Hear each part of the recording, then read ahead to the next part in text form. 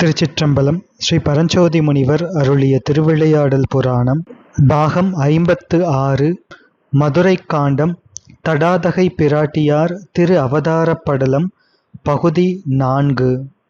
எல்லாம் வல்ல சிவசக்தியே 3 பிராயத்தில் இருக்கின்ற ஒரு பெண் குழந்தையாக வந்து காஞ்சனமாலையார் செய்த தவப் பயன் காரணமாக காஞ்சனமாலையாரின் மடியிலே எழுந்தருளி இருப்பதை பார்த்தும் மலையத்வஜ பாண்டியன் நெஞ்சத்தில் ஒரு வருத்தம் உண்டானது, ஒரு துன்பம் உண்டானது. என்ன என்றால், பிள்ளை இல்லாமல் பல நாட்கள் வருந்தி செய்வதற்கரிய பல தவங்களை செய்து முடித்தேன். அது பலன் தராததால் புத்திரப்பேறு வேண்டும் என்று இந்த புத்திர காமேஷ்டி யாகம் செய்தேன். அந்த புத்திர காமேஷ்டி யாகமும் ஒரு பெண் பிள்ளையை கொடுத்திருக்கின்றதே என்று வருந்துகிறார் மலையத்வஜ பாண்டியன். அந்த பெண் பிள்ளையின் திருமுகம் என்கின்ற சந்திரனிடத்திலிருந்து புன்னகை என்கின்ற அமிர்தம் சிந்த அவதரித்த இந்த பெண் பிள்ளை புத்திர காமேஷ்டி யாகத்திலிருந்து தோன்றி வந்திருக்கின்றாள். ஆனால் இந்த பெண் பிள்ளையோ 3 ஸ்தனங்களை கொண்டிருக்கின்றாள்.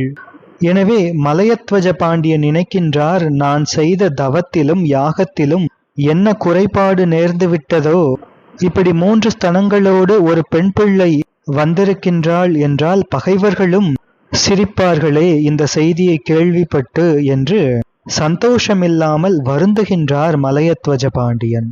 முதலாவது குறை, சந்திர வம்சமான இந்த பாண்டிய குலத்தில் தனக்கு அடுத்தபடியாக ராஜ்யபாரத்தை சுமப்பதற்கு ஒரு ஆண்மகவு வேண்டும் என்றுதான் புத்திர காமேஷ்டி யாகத்தை செய்கின்றார். புத்திரன் என்றாலே அது ஆண் பிள்ளையை குறிக்கின்றது. புத் என்ற நரகத்தில் சேராமல் பெற்றவர்களை காப்பவன். எனவே புத்திரன் என்று பெயர் வந்தது. புத்திரன் என்ற சொல்லுக்கு புத் என்ற நரகத்தில் தம் பெற்றோர்கள் சேராமல் காப்பவன் என்று பொருள். அப்படி ஒரு ஆண்மகவு வேண்டும், பாண்டிய வம்சம் தழைக்க வேண்டும் என்று விருப்பப்பட்டு புத்திர காமேஷ்டி யாகம் செய்தார். ஆனால் வந்ததோ பெண் பிள்ளை, அதுவும் 3 ஸ்தனங்களை உடையதாக இருக்கின்றது. உலக இயற்கைக்கு இயல்புக்கு மாறுபட்ட பெண்ணாக இருக்கின்றாளே என்று வருத்தம். அப்படி வருந்துகின்ற வேளையில் உடனே ஆகாசத்தில் ஒரு அசரீரி எழுந்தது. மன்னவ, நின் திரு மகள்க்கு மைந்தர் போல் சடங்கு அனைத்தும் வழாது வேதம் சொன்ன முறை செய்து பெயர் தடாதகை என்று இட்டு முடிசூட்டுவாய். இப்பொன் அணையாள் தனக்கு இறைவன் வரும் பொழுது ஓர் முலை மறையும் புந்தி மாழ்கேல் என்ன அரண் அருளால் ஓர் திருவாக்கு விசும்பிடை நின்று எழுந்ததன்றே என்பது திருப்பாடல். மலையத்வஜ பாண்டியனார் இவ்வாறு வருத்தப்படும் பொழுது சிவபெருமான் திருவருளால் ஒரு அசரீரி ஆகாயத்திலிருந்து உண்டாகியது. சரீரம் என்றால் உடல், சரீரத்தில் இருந்து எழுவது வாக்கு. ஆனால் அசரீரி என்றால் உடல் என்ற ஆதாரம் இல்லாமல் தானே எழுகின்ற திருவாக்கு, அதற்கு அசரீரி என்று பெயர். அந்த அசரீரி வாக்கு சிவபெருமான் திருவருளினாலே ஆகாயத்திலே ஒலித்தது.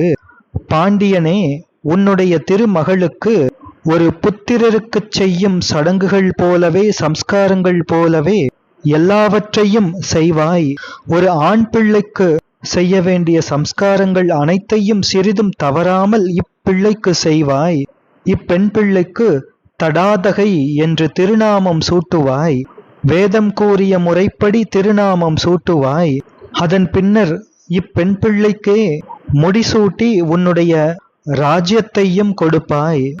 பொன் போலும் அரிய திருவுருவம் வாய்ந்த இப்பெண்ணிற்கு தலைவன் வரும் வேளையிலே, இப்பெண்ணை மணக்க இருக்கும் மணவாளன் வரும் வேளையிலே 3வது ஸ்தனம் மறையும். எனவே மனம் கலங்காதே என்று ஒரு அசரீரி வாக்கு சிவபெருமான் திருவருளால் அங்கே எழுந்தது. மலையத்வஜ பாண்டியன் அளவில்லாத ஆனந்தம் கொண்டான். சிவபெருமானின் திருவடிகளை பலமுறை வாழ்த்தி வணங்குகின்றான். நன்றி பெருக்கால் கண்ணீர் உகுக்கின்றான். அசரீரியாக எழுந்த வாக்கு அது ஒரு ஆண் பிள்ளைக்கு செய்யக்கூடிய சம்ஸ்காரங்கள் போன்றே அம்பிகைக்கும் செய்ய உத்தரவிட்டது. பொதுவாக அன்னப்பிராசனம் முதல் சொல்லப்படுகின்ற சம்ஸ்காரங்கள் பொதுவாக ஆண் பிள்ளைக்கு விதிக்கப்பட்டன. பெண் பிள்ளைகளுக்கு விவாகம் ஒன்றே சம்ஸ்காரமாக விதிக்கப்பட்டது என்பது நம்முடைய மரபு. இங்கே மலையத்வஜ பாண்டியன் வருந்துகின்றான். தனக்கு பின் ராஜ்யபாரம் சுமக்க வேண்டும் என்று ஆண் பிள்ளை வேண்டும் என்று வருந்துகின்றானே, அதற்கு ஏற்றவாறு இப்பெண் பிள்ளையையும் ஆண் பிள்ளைக்கு செய்வது போன்றே சம்ஸ்காரங்களை தவறாமல் செய்திடுக என்று அந்த அசரீரி வாக்கு உணர்த்துகின்றது. அதோடு தடாதகை என்று திருநாமம் சூட்டுவாய் என்றும் அந்த அசரீரி வாக்கு கூறுகின்றது. எம்பிராட்டி மீனாட்சி அம்மையின் திருநாமம் தடாதகை என்பதே ஆகும். தடாதகை என்றால் தடுக்க முடியாத சக்தி உடையவள், தடையில்லாத சக்தி உடையவள் என்று பொருள். எல்லாம் வல்ல எம்பெருமானின் சக்திக்கு தடாதகை என்ற திருநாமம் என்பது அசரீரி வாக்கு உணர்த்தியது. தடையில்லா ஞானம் என்பது அது சிவசக்தியின் ஸ்வரூபம்.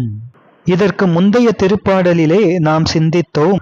பறை, ஆதி, இச்சை, ஞானம், கிரியை என்று சக்தியின் கிரியாபேதங்களை பற்றி சிந்தித்தோம். அவையெல்லாம் சக்திக்கு தடஸ்த லட்சணங்கள். அப்படியென்றால் அந்த சிவசக்தியின் ஸ்வரூபம் என்ன என்றால் அதுவே தடையில்லாத ஞானம், தடையில்லாத சக்தி, அதுவே தடாதகை என்ற பெயர் உணர்த்துகின்றது. இதனை வேறுபடுத்தி விளக்குவதற்காகத்தான் இதற்கு முந்தைய திருப்பாடலில் சிவசக்தியின் தடஸ்த லட்சணங்களை ஸ்ரீ பரஞ்சோதி முனிவர் விளக்கி அருளினார். அதற்கு ஏற்றவாறு இங்கே தடாதகா என்று சிவசக்தியின் ஸ்வரூபம் விளக்கப்படுகின்றது. இங்கே சிவஞான சித்தியார் முதல் சூத்திரம் 62வது செய்யுள் சிவசக்தியின் ஸ்வரூபத்தை அருளுகின்றது, விளக்குகின்றது. சக்திதன் வடிவு ஏது எண்ணில் தடையிலா ஞானமாகும். உய்த்திடும் இச்சை செய்தி இவை ஞானத்து உளவோ எண்ணின் எத்திரம் ஞானம் உள்ளது அத்திரம் இச்சை செய்தி வைத்தலான் மறைப்பின் ஞானால் மறுவிடும் கிரியை எல்லாம் என்பது திருவிருத்தம்.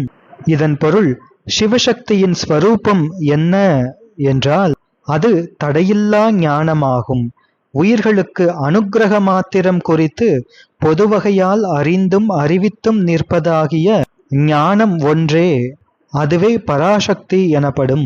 அதுவே தடையில்லா ஞானமாகும், அதுவே தடையில்லா சக்தியாகும், அதுவே தடாதகை என்பதன் விளக்கமாகும். இதுவே சிவசக்தியின் ஸ்வரூபமாகும். எனவே இறைவனது சக்தி அது புறப்பொருளை நோக்கி நிற்கும் நிலையில் சக்தி எனப்பட்டு உயிர்களுக்கு அனுக்கிரகம் மாத்திரம் குறித்து பொதுவகையால் அறிந்தும் அறிவித்தும் நிற்பதாகிய ஞானம் ஒன்றே சிவசக்தியின் ஸ்வரூபமாகும். அந்த ஞானம், அந்த பராசக்தி பஞ்சகிருத்தியம் செய்வதற்காக சிறப்பு வகையால் வியாபரிக்கும் பொழுது உயிர்களுக்கு மலபாகம் வருவிக்கும் பொருட்டு பஞ்சசக்திகளாய் செயல்படுகின்றது. சிவசக்தியின் ஸ்வரூபம் தடையில்லா ஞானம். எனவே தடை செய்யும் ஞானம் என்பது ஒன்று உண்டு, அதுவே திரோதான சக்தி எனப்படும்.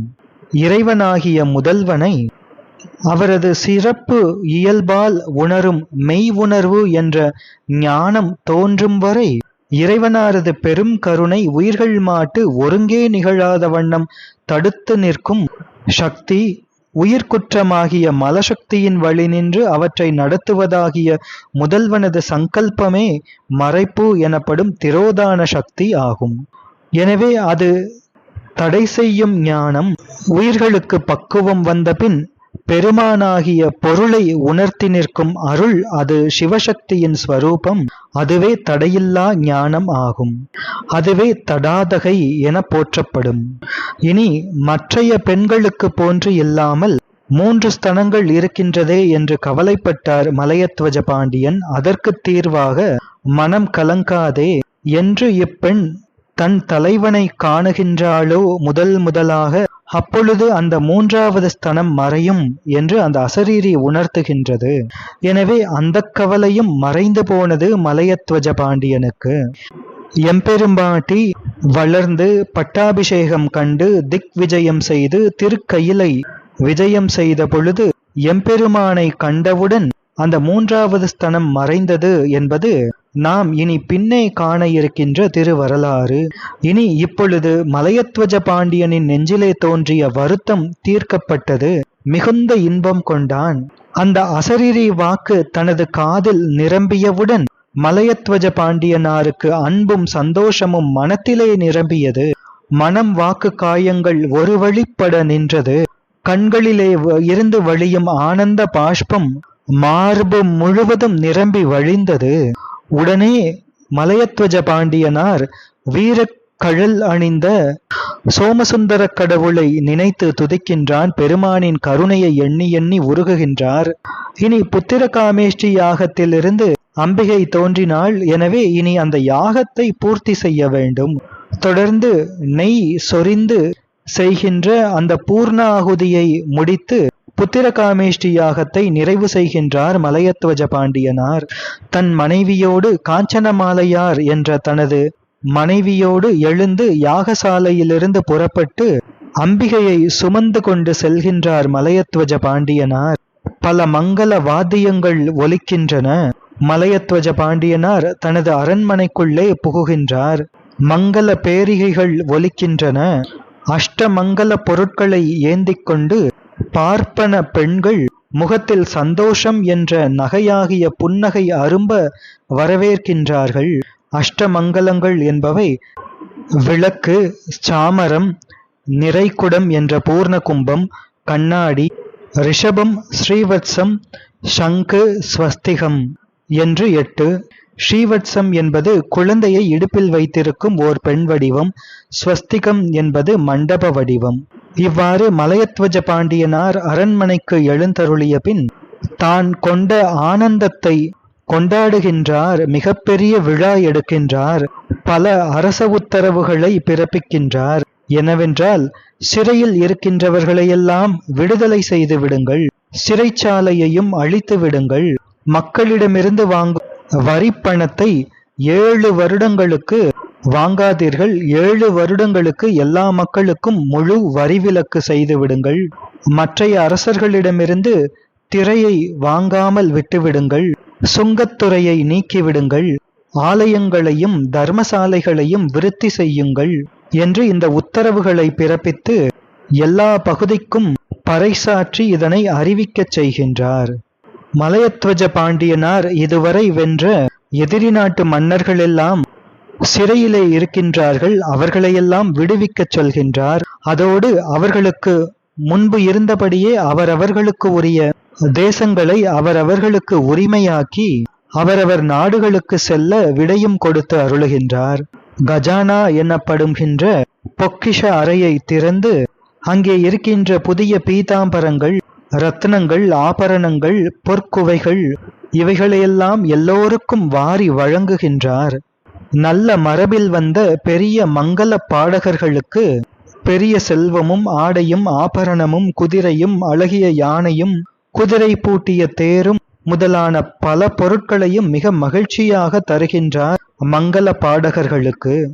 ராஜ வீதிகளிலே மகிழ்ச்சி மிகுதியாகும்படி வாசனை பொடிகளோடும் எண்ணெய் சிறப்பையும் குளிக்கும்படி கொடுத்து மதுரை நகர் மட்டுமல்ல எல்லா நகரங்களிலும் இந்த விழா கொண்டாடப்பட வேண்டும் என்று ஏற்பாடுகள் செய்கின்றார், கொண்டாடச் செய்கின்றார்.